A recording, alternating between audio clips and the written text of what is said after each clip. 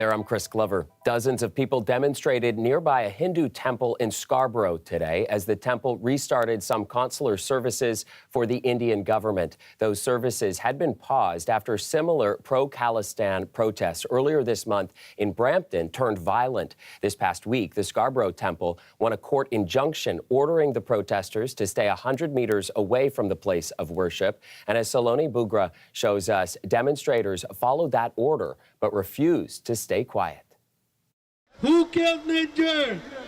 As you can see behind me, Toronto police cars are stationed roughly 100 meters from Lakshminarayan Temple in Scarborough. There are protesters from Sikhs for Justice, an organization which supports an independent Sikh state carved out of India.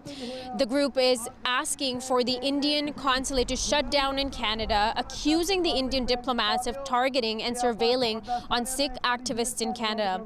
On the other side, you'll see cars coming into the temple where Indian diplomats are hosting consular camps for seniors who receive pensions from India. The seniors are there to get life certificates, which is a type of document they need to continue receiving pensions.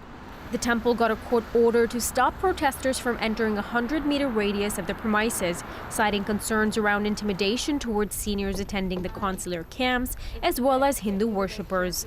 I mean, this is just ridiculous. It's absolutely concocted nonsense, and this is to intimidate the Hindu community. These people represent a pocket. Similar protests earlier this month turned into a violent clash outside a Brampton temple, prompting counter-protests, several arrests, and a ban on demonstrations outside places of worship in Brampton and Mississauga. The people behind today's protest accepted the court injunction to give distance, but refused to stop demonstrating outright. So this is not an issue of Sikhs versus, any religious group again. This is the Sikh community standing up against the Indian government and its, fascist regime that's openly promoting violence and targeting Sikhs who are simply raising awareness and raising their voice for a free and sovereign Punjab. Inside the temple, staff from the Indian consulate sat with seniors and their family members as they got their certificates. Attendees say the consular pension camps are an essential service for seniors. That is needed because every year we have to submit life certificate to the bank and to the pension office so that we can get the pensions for our fathers and parents here. Ultimately, protesters left the site without incident, but committed to continue raising their voice against the Indian government. Saloni Bugra, CBC News, Scarborough.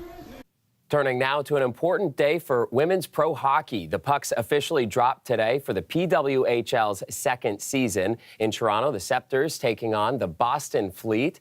And our Tyreek Reed caught all the action at Coca-Cola Coliseum. So, Ty, I will let you break the good news to everybody.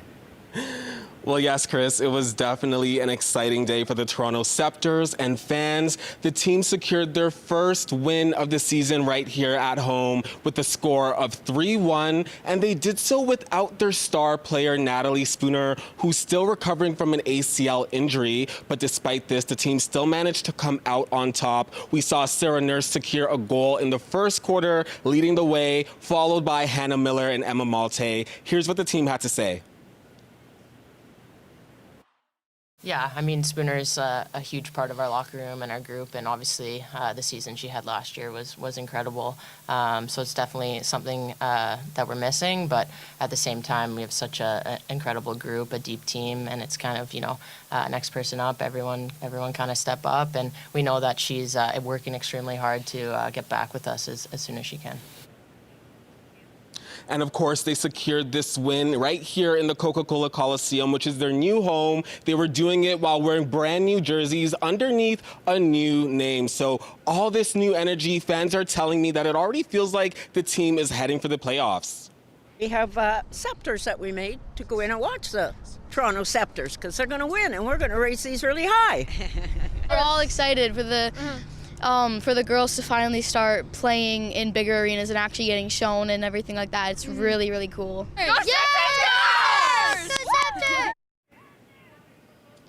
Now, the excitement isn't over just yet. It's going to be a long road ahead. There's still many games to come. The team is set to take on Ottawa on Tuesday. And of course, we'll be watching to catch all the action, Chris. We certainly will be. All right, Tyreek, thank you so much.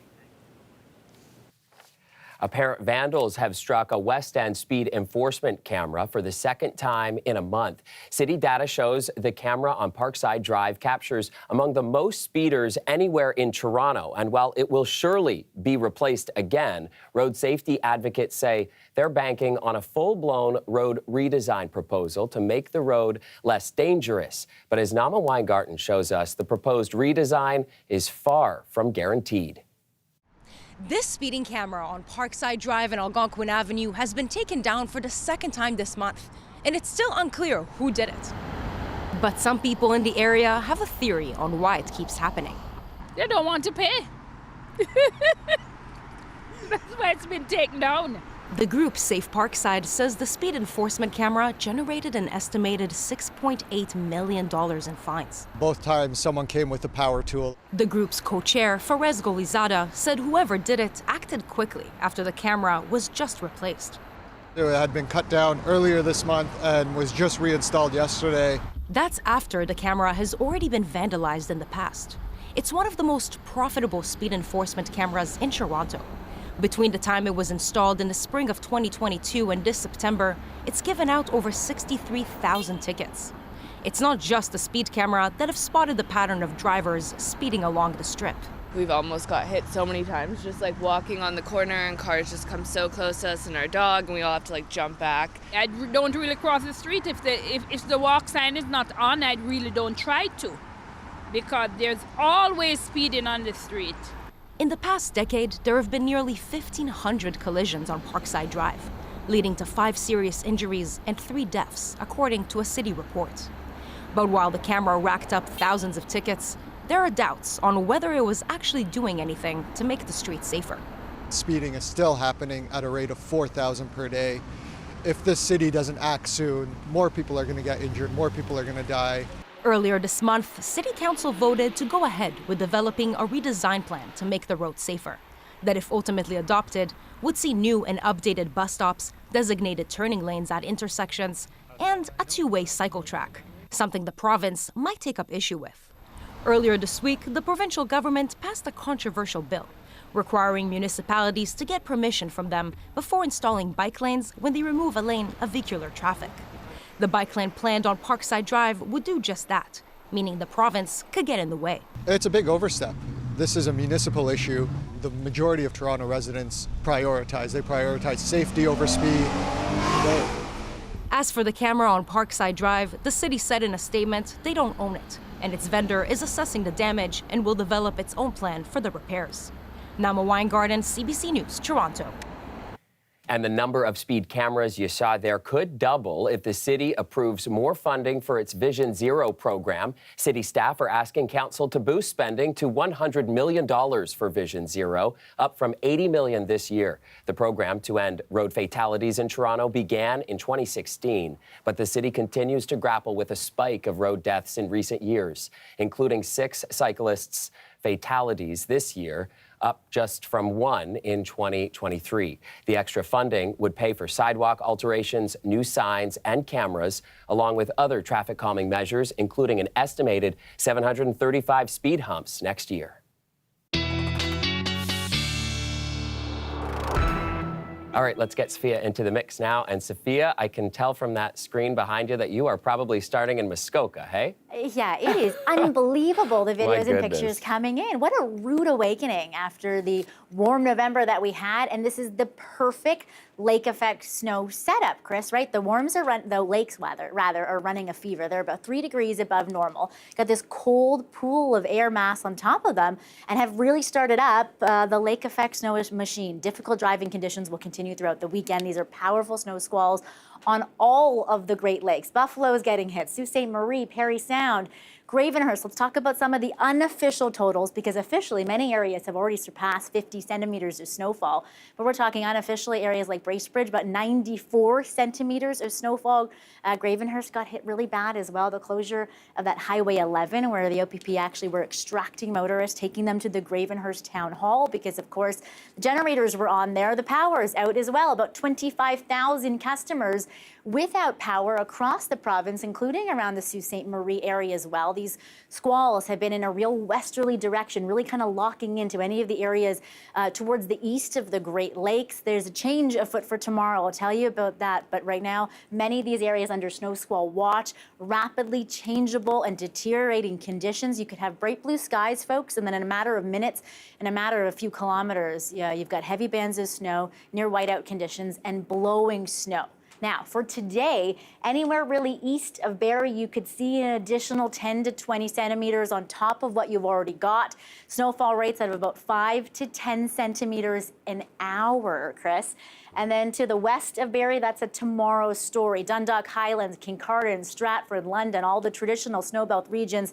South of the Huron Shores, these bands move from the north and the northwest, and you are looking at your whiteout conditions and your intense driving conditions for Sunday, Monday into Tuesday. What about us in the GTA? Don't worry, your time will come as well. I'll tell you about this in the long range. There will finally be some snow around the GTA midweek. Chris. All right, sounds good. December should bring snow, that's sure. All right. Right on the calendar. Thank you, Sophia.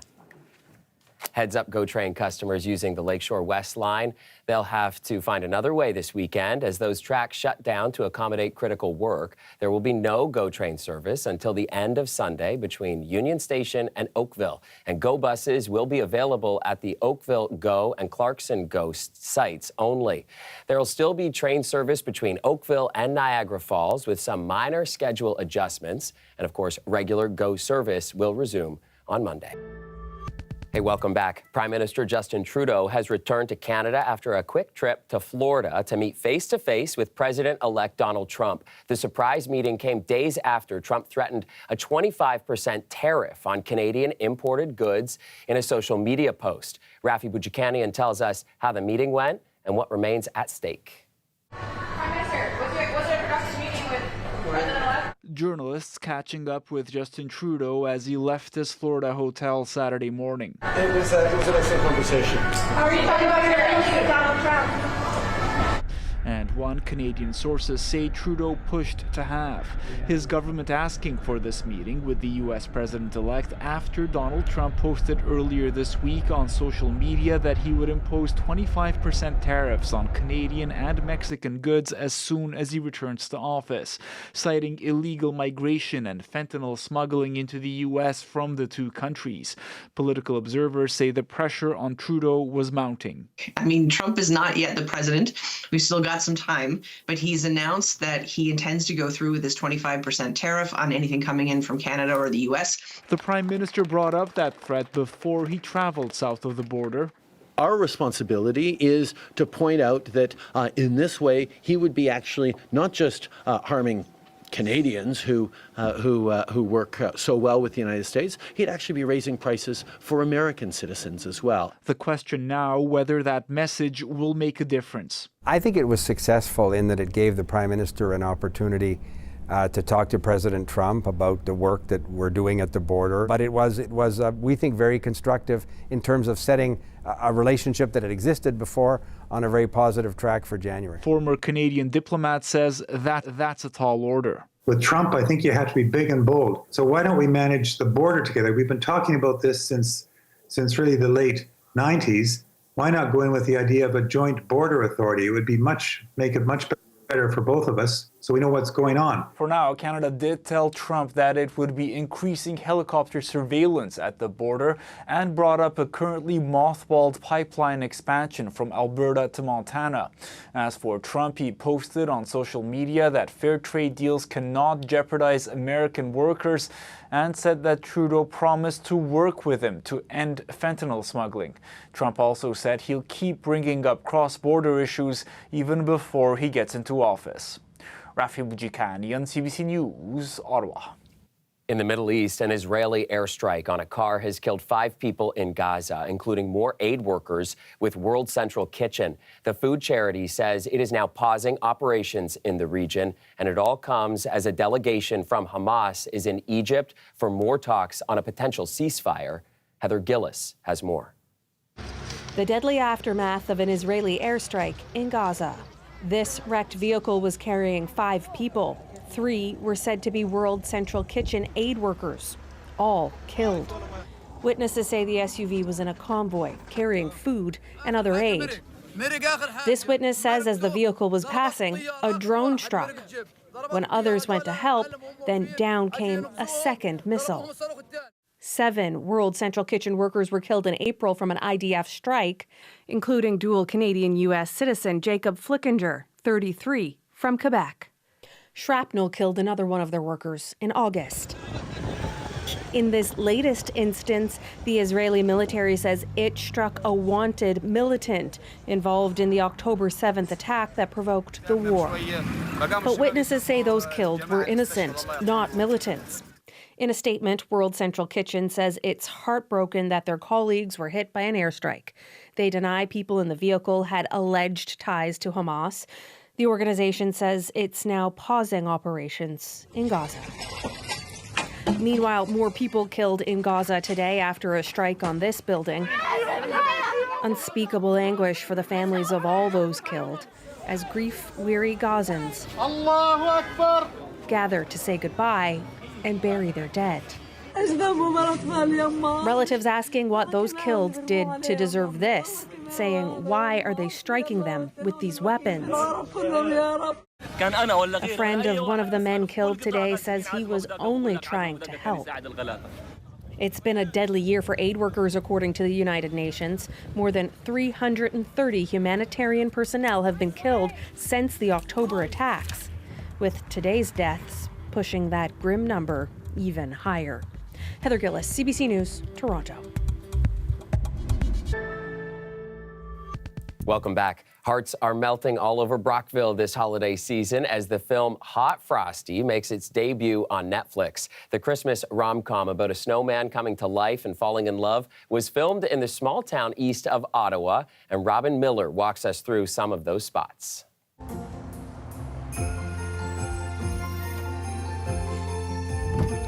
Robin Miller in Brockville, Ontario, or the town of Hope Springs, as it was known in the latest Christmas movie called Hot Frosty. The film is getting lots of attention on Netflix, and people here in town are pretty excited about it too.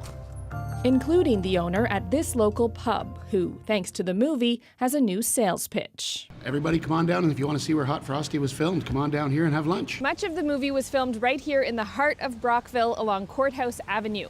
And some people who live nearby say they came by as often as they could. It was very awesome seeing everything transpire.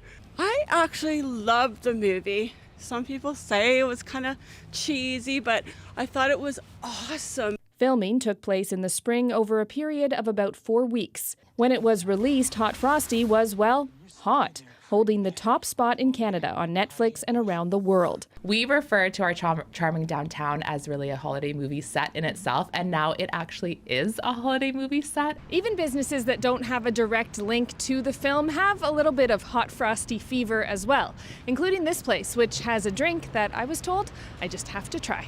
Hello. Can I order one of your Hot Frosties, please? Absolutely. The dramatic twist on a hot chocolate is getting rave reviews, just like the movie. Apparently there's a new trend for Netflix making the typical Christmas movies into sexier ones, and I think they did that here. I really like the sexual innuendos of the women going gaga. Yeah. Oh, it's working. Watch parties are encouraged with the city supplying Hot Frosty bingo cards and a pattern for those wanting to make their own magical scarf. Even the local retirement home is getting involved with a Hot Frosty inspired photo shoot. The love story part of it, is that something that you two can relate to? Oh, sure, two of us. Hey, dear. Yes. We have a real love affair going. A good love story. It gets you every time. And they got together and they just kissed, and I was like, oh my gosh. Robin Miller, CBC News, Brockville. Taking a trip to Brockville. All right, back here in Toronto, the last of the Taylor Swift Way signs are up for auction in support of the Daily Bread Food Bank, and Swifties have until midnight Sunday to own a piece of history. Our hope is that about 250,000 meals will be raised by this initiative, and it would never have happened unless there was, the vision of Deputy Mayor McKelvey and the funding behind the scenes with Rogers, who has just really done a fantastic job in paying for the signs and then matching each one of the bids. A total of 22 signs went up in downtown Toronto, with the final 5 signs up for auction until Sunday. The auctions have raised $83,000 as of Friday afternoon. And as you just heard there, Rogers is matching funds raised up to $113,000. Food bank usage across Canada has reached record highs in the past year, according to a study released just last month.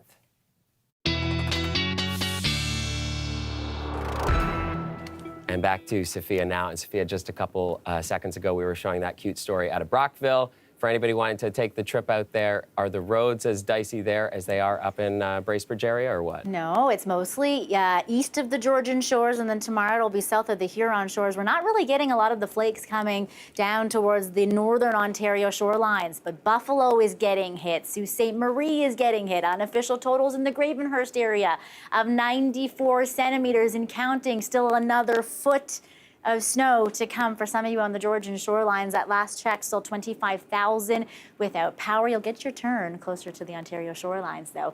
The radar has looked like this almost exactly for the last 24 hours as these bands have locked in. You can tell it's a westerly wind direction. You can tell that these heavy bands of snow have really not been oscillating at all until we get a change to a northwesterly direction come tomorrow and into Monday. Anybody east of Barrie, still another foot to come in the next 12 to 24 hours. Snowfall rates anywhere from 5 to 10 centimeters an hour. OPP warning drivers and motorists to stay off the roadways unless absolutely necessary. And then those of you on the Huron shorelines, Woodstock, London, Stratford, Kincardine, Blue-Grey County, it's your turn into Monday. 401 could be affected as well. You could have a few flakes coming down to the Hamilton and Toronto area, but really the big snow event for the GTA comes, wait for it, on Wednesday. It's a quick and dry clipper system that will end our big snow deficit, one of the latest snow deficits we've had at the Toronto airport. After this clipper, though, Chris, look at the cool in behind.